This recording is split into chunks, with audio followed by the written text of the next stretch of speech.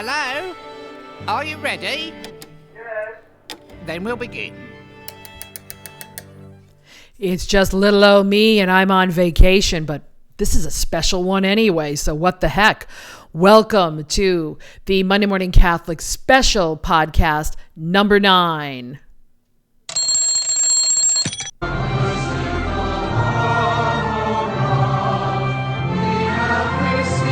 Well, good morning, good afternoon, good evening from wherever you are. I'm your host and moderator, Joanne Mercier, Director of Faith Formation for Saints Martha and Mary Parish in Lakeville, Massachusetts. And as you can tell, I am...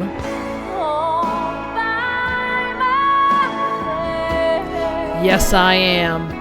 But it's a special. It's special number 9, the NPM convention from Grand Rapids, Michigan, 2015. NPM stands for National Association of Pastoral Musicians, of which I am still a card-carrying member after 35 years.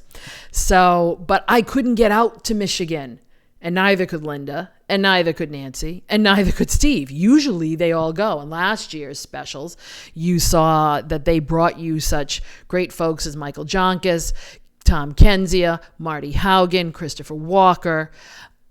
We had a slew of people that they were able to get out and interview. This year, not so much, because poor Jason was... Well, actually, he did have help.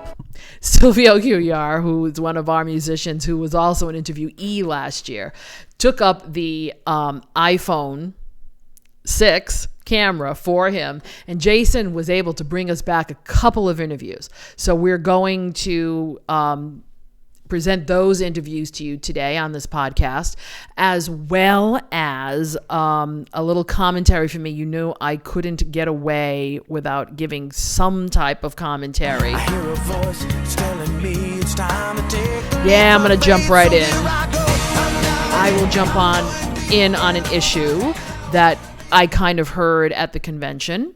So I will give my 2 cents like anyone really cares. So it'll either meet with thunderous applause or whichever. I'm hoping not crickets. But let's get to the interviews first, because that's what you probably came here for anyway. Jason Herview, one of our musicians. In fact, he is Director of Music Ministries at St. Brendan Parish in Riverside, Rhode Island. He and Silvio went out this year, probably maybe one or two other people from our merry band. Tom Kenzia was there as well. Hi, Tom. But he went out and said, yeah, I'll do some interviews for you. And we're so glad he did. He was able to catch up first and foremost with a multicultural composer from Oregon Catholic Press's stable of composers and clinicians by the name of Jaime Cortez. You probably are familiar with a few of his pieces, but I think he's done most of his work in the Latin grouping. But you know what? Looking at the way the demographics of the United States is, I believe it's another 10 to 15 years before most of our parishes will be half Latino. And we have to figure out how to service them. So I think Jaime and his group of folks in the Latino realm is doing just that. And it's not just Latino. It's all kinds of other immigrants that we have coming in. And see, this is not foreign to moi. Yeah, don't let the French name fool you. I'm 100% Azorian Portuguese. I'm second generation in this country, and I grew up in what's called a national parish. A national parish is one that is specifically set up for immigrants to use that language and to use whatever customs have come from that group of people. So multicultural for me I grew up with that. It's later on when I got into what I term the American church was where I started saying, you people don't know how to process. You people don't do this. I was like, I'm a little fish out of water here. So I was very, very surprised that this wasn't the case in most of the churches in America. But now it's going to be. And there are a lot of people who are just not equipped for it, not sure about it. And I think folks like Jaime, like Ricky Manalo, who works with the Filipino community, to name two, these folks have always, are writing things in multi-languages, because there are Vietnamese, there are Polish, there's still people, there are still pockets, especially where we are here in New England, of Portuguese folks that we still need to service and not always say you must do everything in English. So I'm kind of glad that Jason's first interview, believe me, you're not going to believe that this kid hasn't done this before. He did a really great job for us, and I'm really glad he did. His first interview is with Jaime Cortez, and let's take a look at what Jason has to bring us. Hello, everyone, and hello, all those listening at Monday Morning Catholic Podcast. I am here at NPM in Grand Rapids, Michigan, and I'm really excited because I'm joined by Jaime Cortez, who writes and composes for OCP Music, Oregon Catholic Press. Thank you, Jaime, for joining us. Thank you very much. Jason, it's really good to see you. Hello to everybody in Monday Morning Catholic Podcast. Great. And so how long have you been at NPM?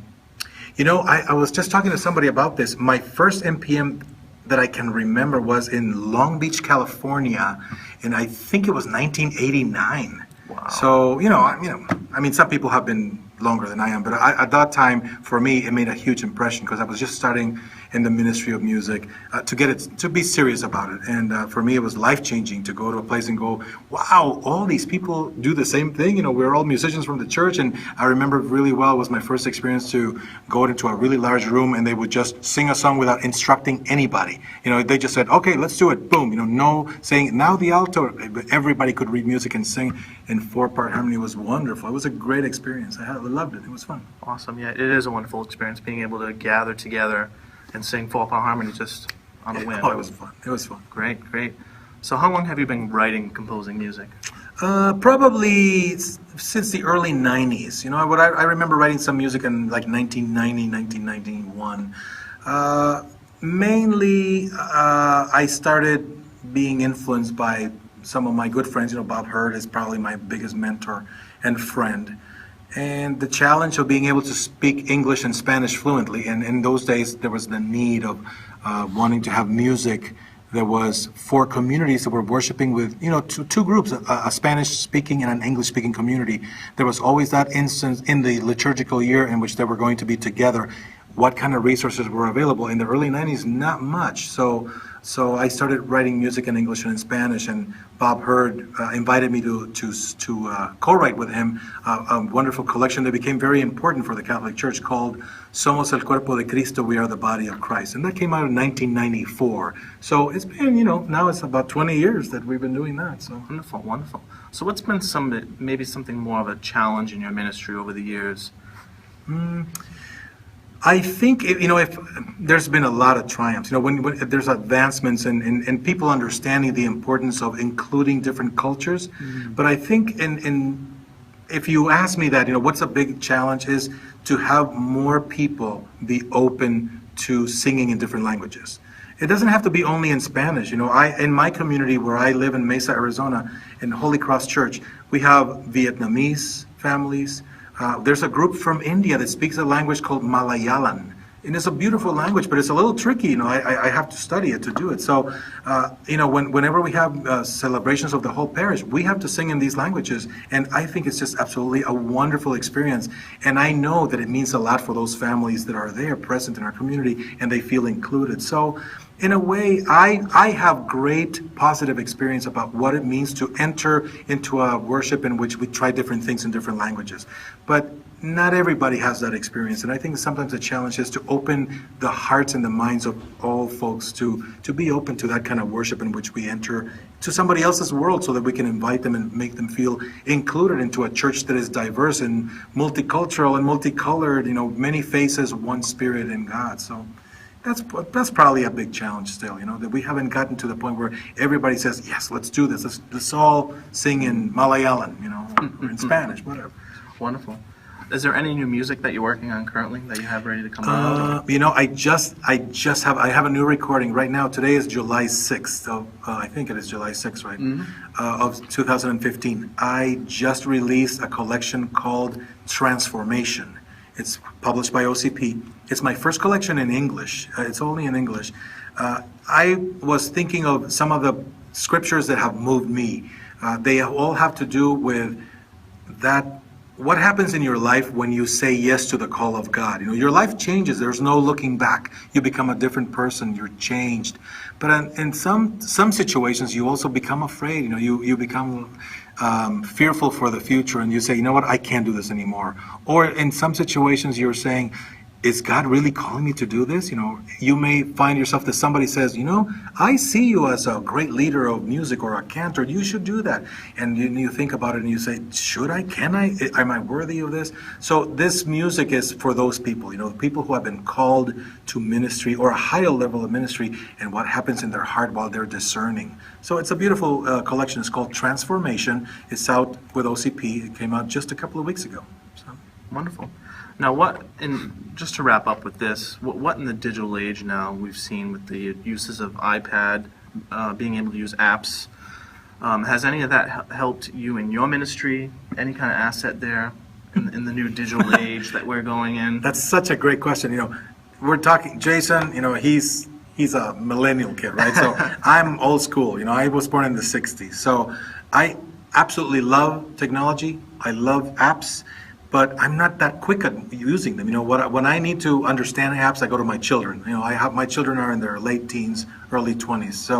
So those are the guys that guide me, through this, and they understand apps. So, I'm new at this, at the apps in the digital world, but I can tell you that I think it's fantastic, and it's a great opportunity to connect with people, to connect quickly with people of similar interests. So when we're talking about bilingual music, let's say, for example, right now there's no app that says bilingual music. Well, somebody could make up something that would be an app that connects us together, so that we can say, hey, what's the things for this weekend that could be bilingual, and have MP3s and things that we can, and also Instagram and sending pictures of each other saying, hey, here we are celebrating Mass in 3 languages, whatever the situation. The digital world is going to be always terrific, and I think that most of the people in the publishing world, I'm sure for OCP, I can speak for them, are trying to get their finger on that pulse, and they think it's very important. I think it's important too. I just have to catch up. I'm glad I have children that can walk me through it. They can help guide you through that. Well, we thank you, Jaime, for joining us today, Thanks, for answering Jason. our questions. Peace to everybody. And Monday morning. Yes, and we look forward to seeing you and talking with more composers and clergy as the week progresses. Thank you, everybody. We'll see you then. See, I told you he's done a really good job for his first time out. Thank you, Jason, and thank you, Jaime, for sitting down and talking with us. I'm sure you had absolutely no idea who Monday Morning Catholic is. Probably. I feel bad because Jason had to actually go out and probably talk about us a little bit. And people are going, what? What is that? Yes, we're that little podcast that can, and we keep doing our thing here. Secondly, he brought us a follow-up from our interview last year with Peter Brockman. Peter Brockman is the owner, operator, chief technical guru of a firm called Digital Hermosa. And Digital Hermosa is responsible for putting together the convention booklet in digital form. Let me tell you, no small feat whatsoever. Trust me.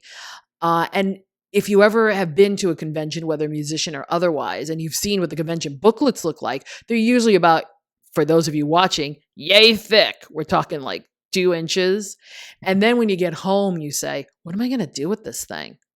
So having it in digital form on your iPhone or your iPad, I think is brilliant. And Peter came up with that, pitched it last year.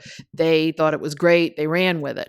Now this year they ran with it again, and it has some pretty nifty improvements. So Peter talks about that, as well as he doesn't talk about it, but I'll talk about it after you see, because there's another app out there, which I'm not quite sure is ready for full consumption yet, but might be something of interest to all of you in NPM. So let's look at Jason's interview now with Peter Brockman from Digital Hermosa. Hello, everyone, and hello, everyone, at Monday Morning Catholic Podcast. I'm here with Peter Brockman for Digital Hermosa, maker of the NPM app, the convention app. And Peter, what new features do you have this year? Hey Jason, good to see everybody. So to a large extent, a couple of things we did this year that are a little different than last year. The first one is that we introduced the NPM convention app for iPhone. And so the idea is that you can use your iPhone and your iPad. You can download the program guide so you can see the this year's program. You can also download last year's program if you're committed to that. Nice. Other features we embedded were the ability to share between your iPhone and your iPad. So you might select favorites on your iPad at your convenience, and then you'll be able to share them with your iPhone version so that you can just pull up your iPhone and collect on the schedule and identify those sessions that are your favorites that you had picked on your iPad. So that way you have your phone for quick reference. Wonderful.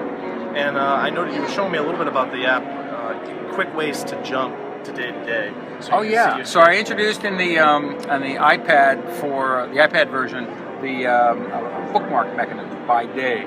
So different days of the week, of course, you can just tap the day and it will appear. The convention and program guide will jump to that page. And on the iPhone, you have to type in what page number that is because it would have chewed up 2/3 of the screen. So it's a little more work, but I think we'd be able to manage. You talked a little bit about before we started. Could you just briefly jump through the 5 compelling ways you said you were going to talk about?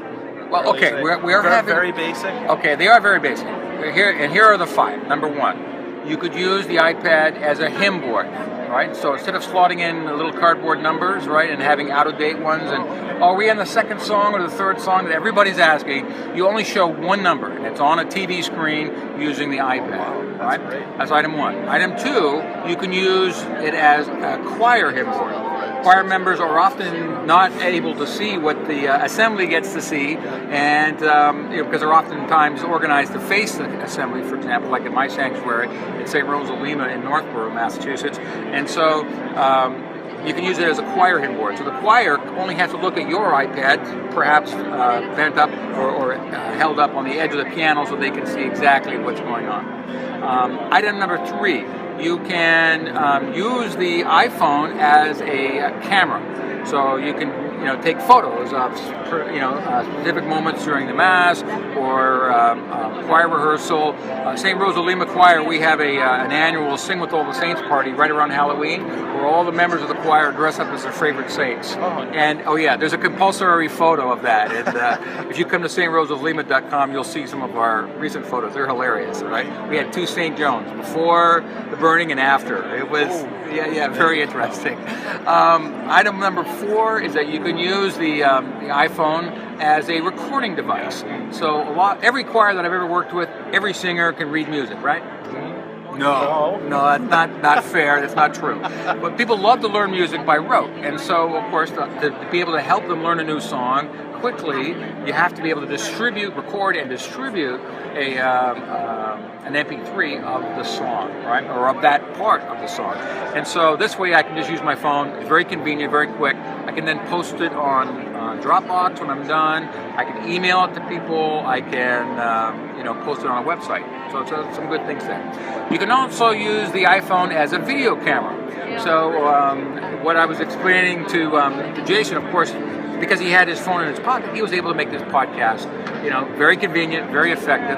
And in music ministry, we need to record things all the time. Not so much that we want to record the sloppy cantor or anything like that, but we might want to record a cantor at rehearsal, right, so that they can see what, in fact, okay, thank you. Now let's watch what you just did and talk about ways we can make that more inviting for the assembly or more powerful for as a word of God. So that's I don't know how many that was, 6 or 7. I think that's all I can remember. Oh, it's only 6.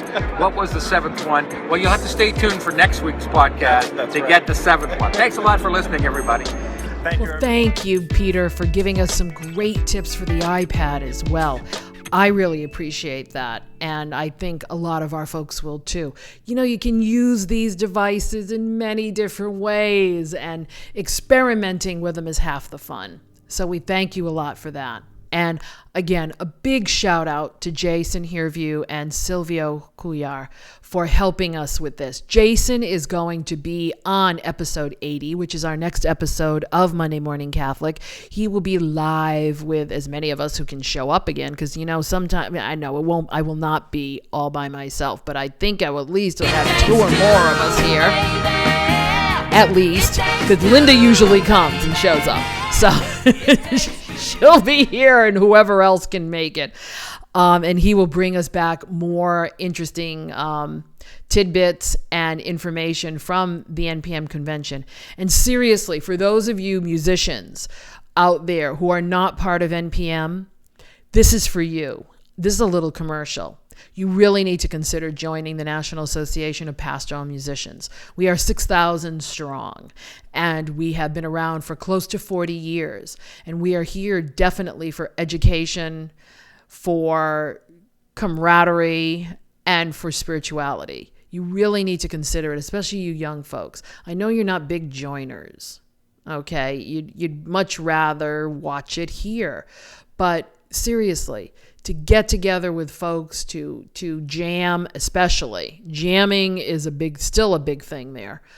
I do want to hear more about the cabaret they had.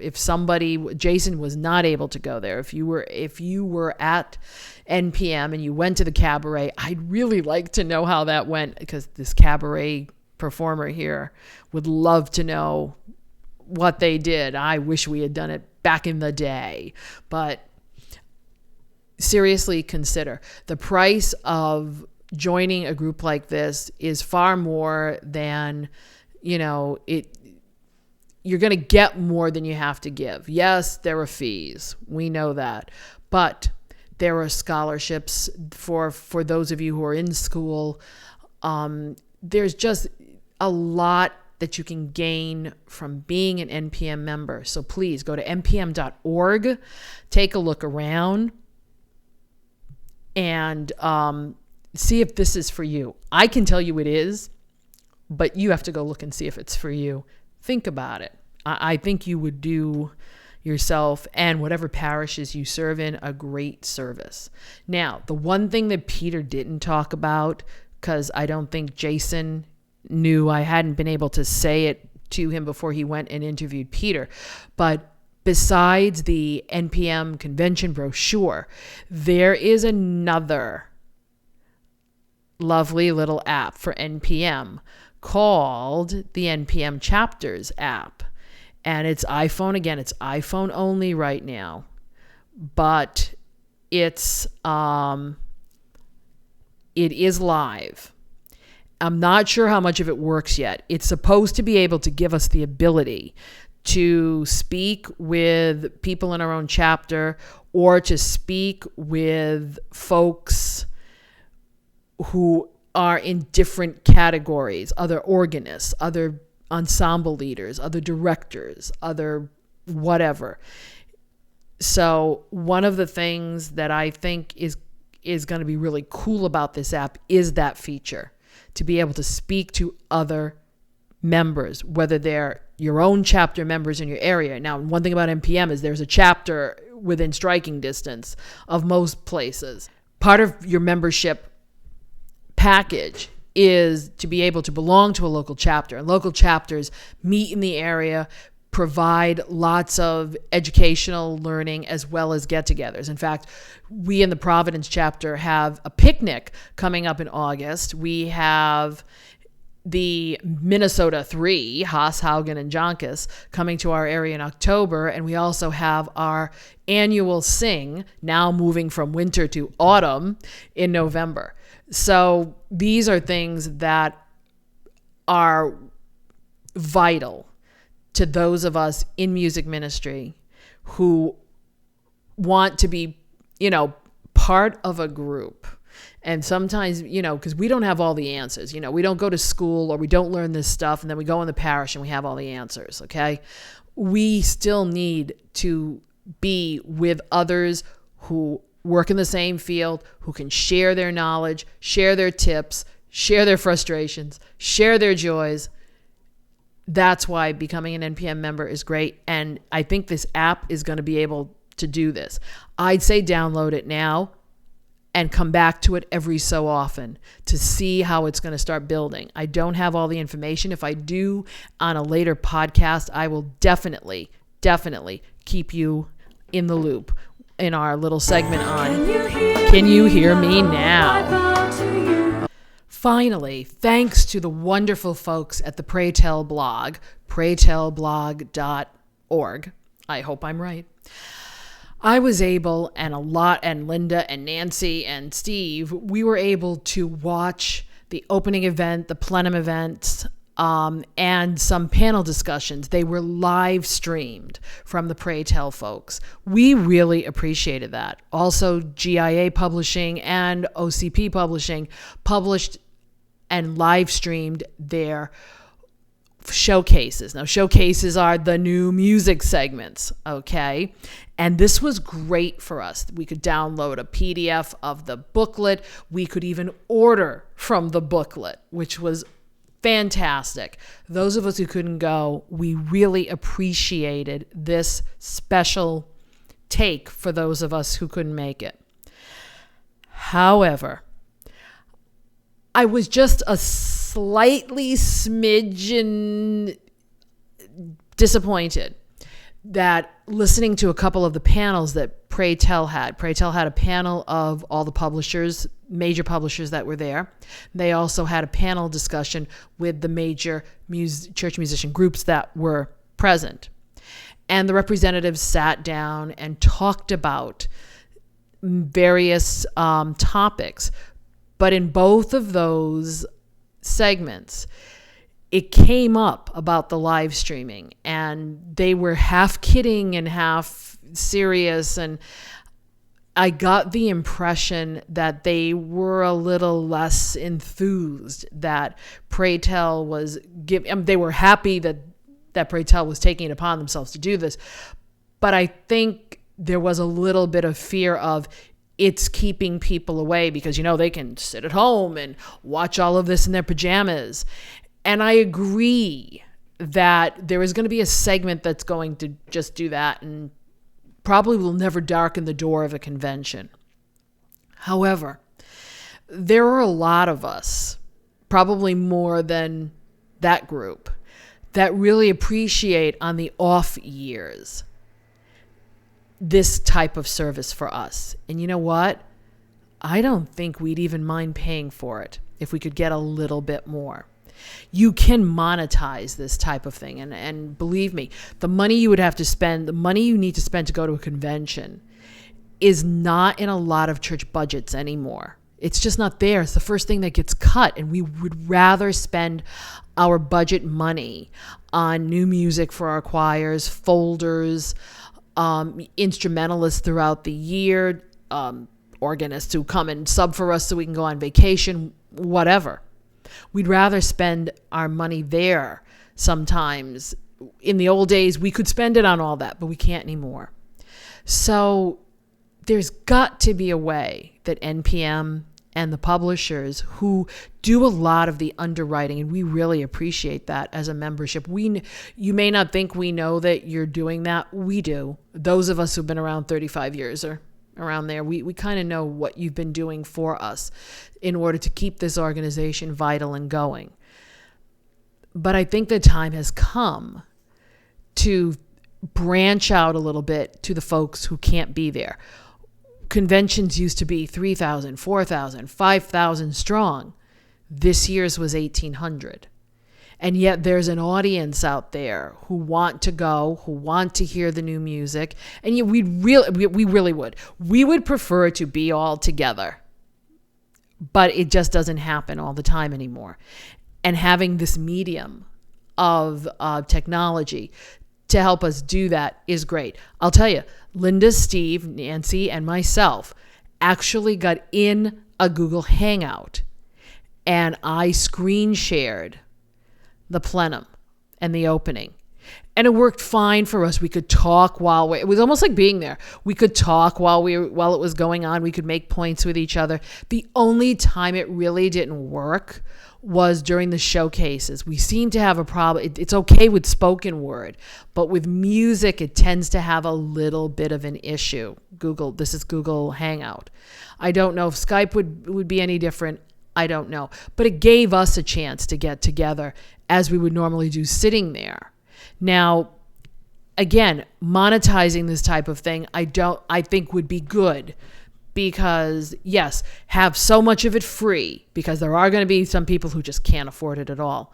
But for those of us who can't go, it's sort of like the midway. There's either free or $1,000, because by the time you're done with room, transportation, the registration itself, your food, and any other incidentals like T-shirts and breakfast tickets and cabaret tickets and whatever, you're up to about $1,000. And there are a lot of parishes that just don't have that, and musicians who can't take it out of their own personal. But if you had a midway like 100 or 200, no more probably than that, that would give us maybe an institute, a track of breakouts, the youth gathering, because the youth who are so used to screens and watching everything on a screen, they might get a taste of this by watching it on the screen, and then next year bug somebody to get the money to go to the convention. I don't know what the real answer is. I don't know how much it would cost, but there are many different ways you can do this. And I think it would benefit the membership of NPM and benefit musicians who aren't NPM members who might want to become NPM members by seeing and experiencing this. So it's my 2 cents worth. Take it for what it's worth. It probably will go nowhere. If I can do anything to assist in this, I would be very happy to. I would consider it my giving back to the association that has helped me for so long. So think about it, gentlemen. Father Senior Hillgartner, publishers, think about it. It might not be a bad idea in the long run. Well, we're glad, or I'm glad, I'm so used to saying we're, but it's just me today. I'm glad you could be with us on this special. And remember, regular episode number 80 is going to be coming up next week on Monday.